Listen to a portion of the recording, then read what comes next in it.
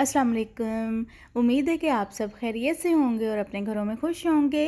अल्लाह ताला इसी तरह आप लोगों को अपने घरों में खुश रखे।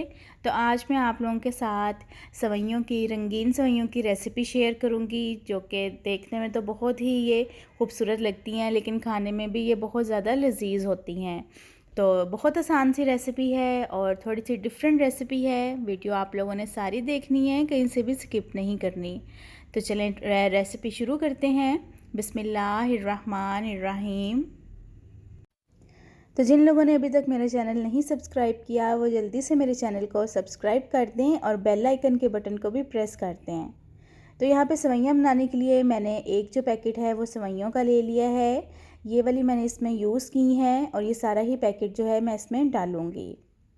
और यहाँ पे 1 कप जो है वो मैंने चीनी का लिया है और 2 टेबलस्पून जो है मैंने कस्टर्ड पाउडर के लिए हैं, वनीला फ्लेवर है। 2 टेबलस्पून मैंने ड्राई मिल्क के लिए हैं। 2 अदद यहाँ पे मैंने इलायचियाँ ले ली हैं, इनको खोल लिया था। और यहाँ पे कुछ थोड़े से ड्राई फ्रूट्स हैं। तो यहाँ पे इस रेसिपी में मैं जेली भी यूज़ करूँगी। मैंने एक ही कलर की ली है। अगर आप लोग डालना चाहते हैं तो इसके 2-3 कलर इसमें ऐड कर सकते हैं। तो सबसे पहले आप जो दूध है वो मैं बॉयल कर लूँगी। दूध यहाँ पे मैंने लिया है 1 लीटर दूध ले लिया है और इसको मैंने पहले से ही पकने रख दिया था। और इसके अंदर अब मैं इलायचियाँ जो है वो डाल दूँगी। तो जब तक दूध को बॉयल आना स्टार्ट होता है मैं यहाँ पे जेली बना लूँगी। 1 कप यहाँ पे मैंने पानी का ले लिया है और इसको मैं बॉयल कर लूँगी।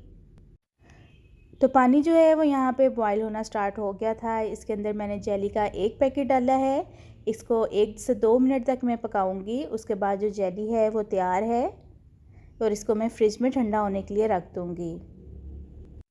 तो जेली जब तक ठंडी होती है तब तक सेवइयाँ हम बना लेते हैं।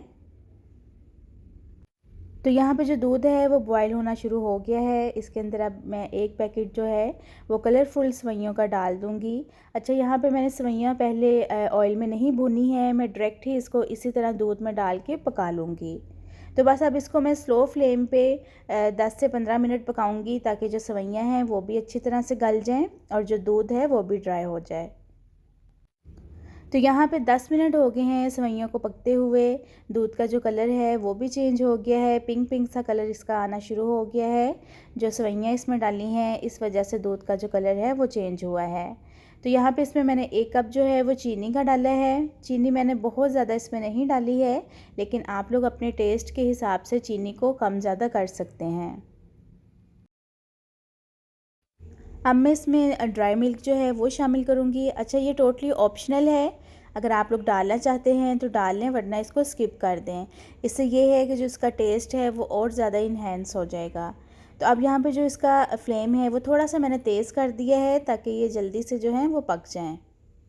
तो यहाँ पे मैंने 2 टेबलस्पून जो हैं वो कस्टर्ड के लिए हैं और इसके अंदर मैं दूध डाल के इसको अच्छी तरह से मिक्स करूँगी और इसके बाद इसको मैं जो सेवइयाँ हैं उसमें ऐड कर दूँगी।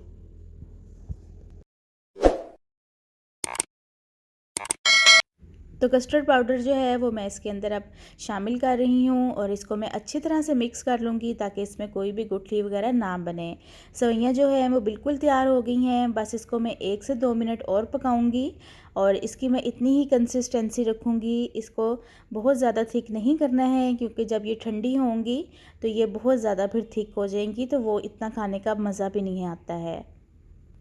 तो यहाँ पे मैं सेवइयों को एक जो बॉल है उसमें निकाल लूँगी और इसको मैं 1 घंटे के लिए फ्रिज में रखूँगी, ताकि ये अच्छी तरह से ठंडी हो जाएं। और इसके बाद जो इसके ऊपर मैं डेकोरेशन करूँगी वो सारी मैं आपको फिर दिखाती हूँ। जेली और सेवइयाँ जो हैं वो यहाँ पे ठंडी हो चुकी हैं। जेली को मैं छोटे छोटे क्यूब्स में काट लूँगी और आप लोग यहाँ पे डिफरेंट कलर की जो जेलीज़ हैं वो भी इसमें यूज़ कर सकते हैं। कलरफुल सी सेवइयाँ बहुत प्यारी लगेंगी। तो यहाँ पे मैंने फोर्क की मदद से इसको खोल लिया है, ताकि जो इसके पीसीज हैं वो सब सेपरेट हो जाएं। सबसे पहले इसके ऊपर थोड़ी सी जो जेली है वो मैं ऐड करके इसको मिक्स कर लूँगी, ताकि खाते हुए जेली का जो टेस्ट है वो भी डबल आए। और दूसरा ये है कि ये अंदर से भी कलरफुल लगें और जब ऊपर इसकी डेकोरेशन करनी है तो तब भी ये बहुत प्यारी लगें। तो अब जो थोड़ी सी जेली बच गई है वो मैंने इसके ऊपर डाल दी है।